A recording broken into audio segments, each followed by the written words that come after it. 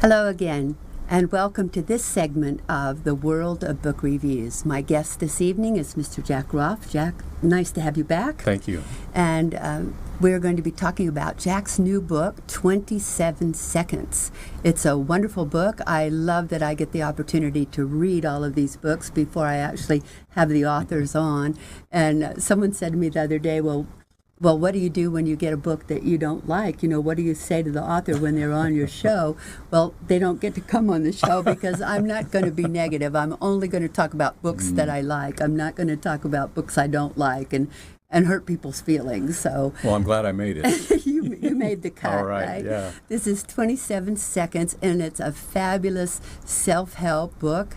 But it's got a story to it, too, Jack. Tell us a little bit about your story, about how you got to Notre Dame in the first place. Well, tell them that you went there. They might not even know. Well, let's start with that. Okay. So the tagline with the book 27 Seconds, Judy, is discovering your life-changing moments. Mm-hmm. And one of my life-changing moments happened at the University of Notre Dame. I was age 54. And this was about 3 or 4 years ago, so I'm telling my age, I guess. I'm throwing it out there. And I found myself on the basketball court, but there was a stage set up, and it was graduation day. And I was about to walk across that stage and get my diploma, a master's degree in nonprofit administration. And I looked up at the Jumbotron in the top of the basketball arena, and I saw my picture posted up there because I'm the next one to go across the stage. That was so exciting. Yeah. And at that moment, Judy, I just had this overwhelming feeling that this walk across the stage is about to change my life. Well, it took 27 seconds to get across the stage, and it did change my life forever. That degree has helped me now move forward in promoting the nonprofit foundation, the School of Life, that my wife and I started. And so you asked about how did I end up at Notre Dame? Yeah.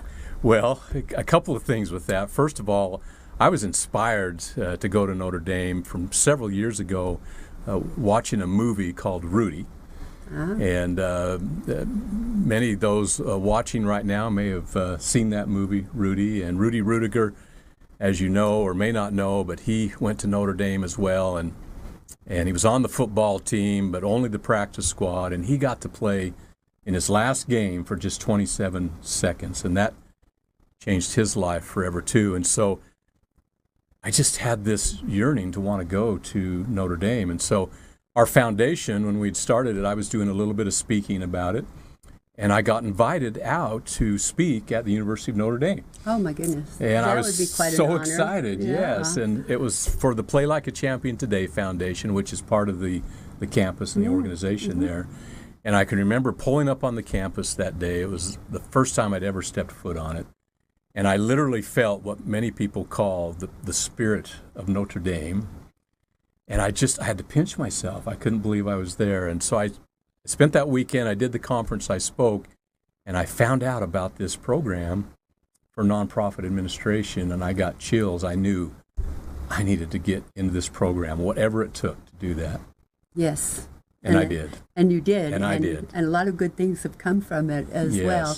Now, you are a physical therapist, but you also used to coach girls basketball. I did. And it's kind of a unique path. So in physical therapy, I worked primarily and still do in nursing homes, working with the elderly. But at the same time, I've been coaching girls basketball, high school, middle school, that age of young people. So I've been working with both ends of the life spectrum. And that's what inspired me to put together my first book, Learn to School Your Toughest Opponent, which is our curriculum now for our foundation that we work with at-risk students. And so kind of a unique couple of career paths, but it's brought me, I think, to my ultimate life mission, which is running the foundation. And with this book, trying to help other people find their 27 seconds in life. What's your mission in life?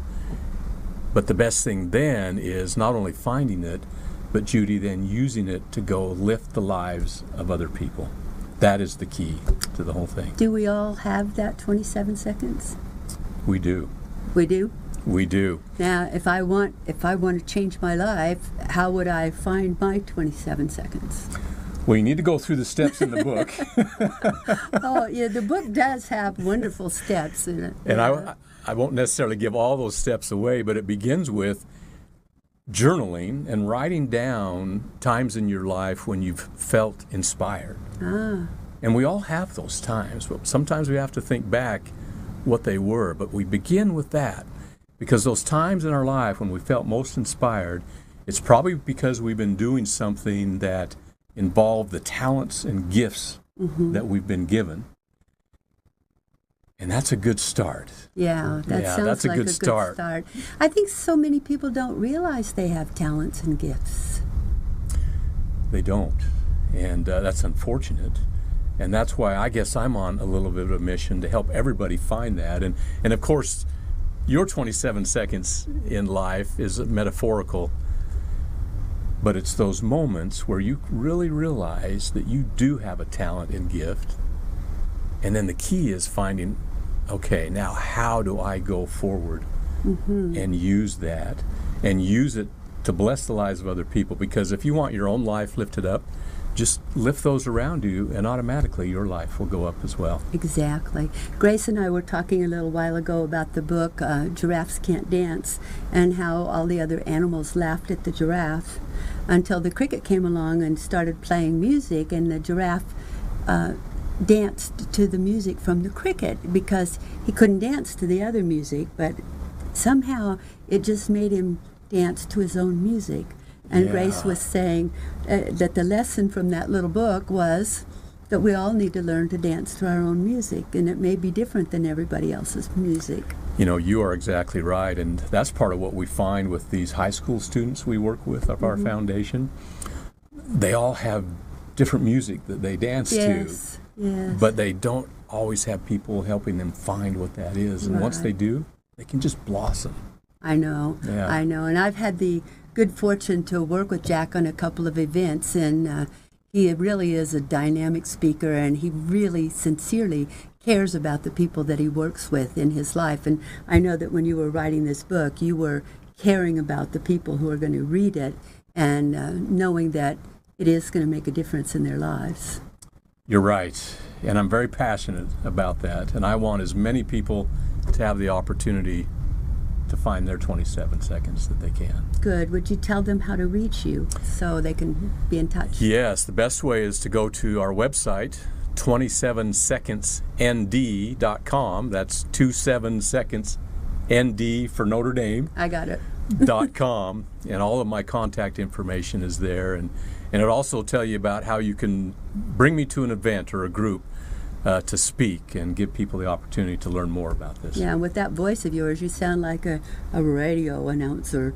You have all these people wanting to hear your voice, right? Well, thank you. I've done a few radio spots, so yeah. Yeah, thank you for being with us tonight. Thank you. And once again, thank you to SkyVistaConsulting.com, VE36Photography.com, and SkinFitnessLV.com, our sponsors. Without them, we wouldn't be here. So thank you to our sponsors, thank you to our guest, and we'll see you in the next segment.